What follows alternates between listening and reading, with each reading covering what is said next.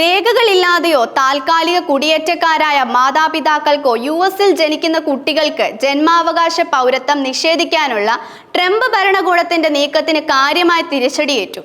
ബോസ്റ്റണിലെ US ജില്ലാ judge Leo സ്റ്റോറിന്റെ വെള്ളിയാഴ്ചത്തെ വിധി ഈ നീക്കം ഭരണകൂട വിരുദ്ധവും നിയമപരവുമായി അയുക്തമാണെന്നും അടിവരയിടുന്നു. ട്രംപിന്റെ എക്സിക്യൂട്ടീവ് ഉത്തരവ് റദ്ദാക്കുന്നത് മൂന്നാമത്തെ ഫെഡറൽ കോടതിയാണിത്.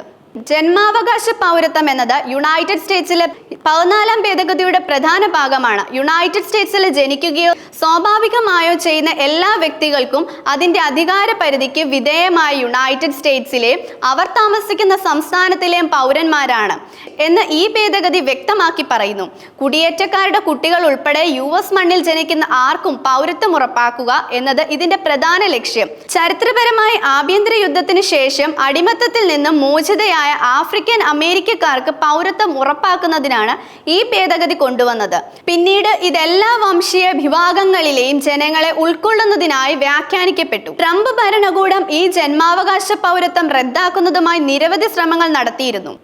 രേഖകളില്ലാത്ത കുടിയേറ്റക്കാരായ മാതാപിതാക്കൾക്ക് ജനിക്കുന്ന കുട്ടികൾക്ക് പൗരത്വം നൽകുന്നത് രാജ്യത്തിന്റെ പരമാധികാരത്തിന് ഭീഷണിയാണെന്നും അനധികൃത കുടിയേറ്റക്കാരെ പ്രോത്സാഹിപ്പിക്കുമെന്ന് അവർ വാദിച്ചു. പ്രസിഡന്റ് എക്സിക്യൂട്ടീവ് ഉത്തരവിലൂടെ ഈ നിയമം മാറ്റാൻ കഴിയുമെന്ന് ട്രംപ് പലപ്പോഴും അവകാശപ്പെട്ടിരുന്നു.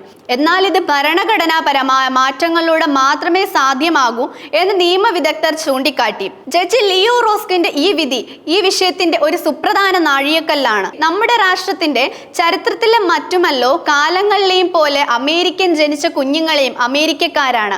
ഒരു പേന കൊണ്ട് ആ നിയമം മാറ്റാൻ പ്രസിഡന്റിന് കഴിയില്ലെന്ന് അദ്ദേഹം തന്റെ വിധിയിൽ വ്യക്തമാക്കി.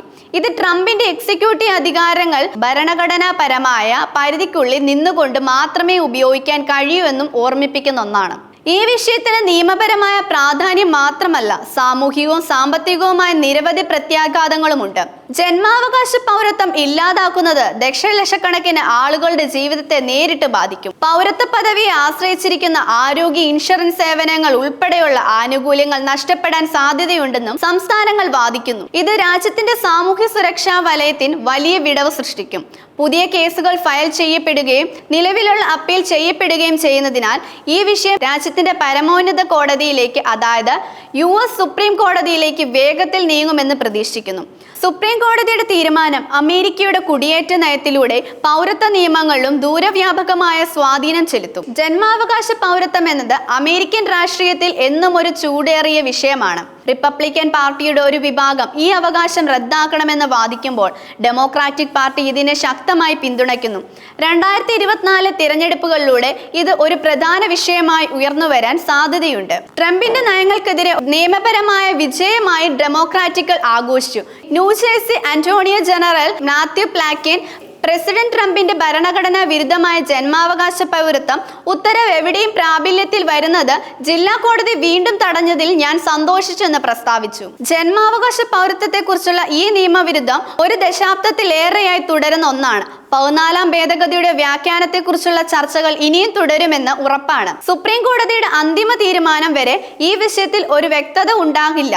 എന്നിരുന്നാലും ജഡ്ജി സെറോക്കിന്റെ വിധി ഭരണഘടനയുടെ തത്വങ്ങൾ സംരക്ഷിക്കുന്നതിലും നീതിന്യായ വ്യവസ്ഥയുടെ പ്രാധാന്യം ഒരിക്കൽ കൂടി ഓർമ്മിപ്പിക്കുന്നു. ഈ വിഷയം അമേരിക്കയുടെ ദേശീയ സ്വാതന്ത്ര്യത്തെയും മൂല്യങ്ങളെയും കുറിച്ചുള്ള ഒരു വലിയ ചർച്ചയ്ക്ക് വഴിയൊരുക്കുന്നു. അമേരിക്ക ഒരു കുടിയേറ്റക്കാരുടെ രാഷ്ട്രീയമാണോ അതോ കർശനമായ അതിർത്തി നിയന്ത്രണങ്ങളുള്ള ഒരു രാജ്യമാണോ എന്ന ചോദ്യം ഈ ചർച്ചയുടെ കാതലായി നിലനിൽക്കുന്നു.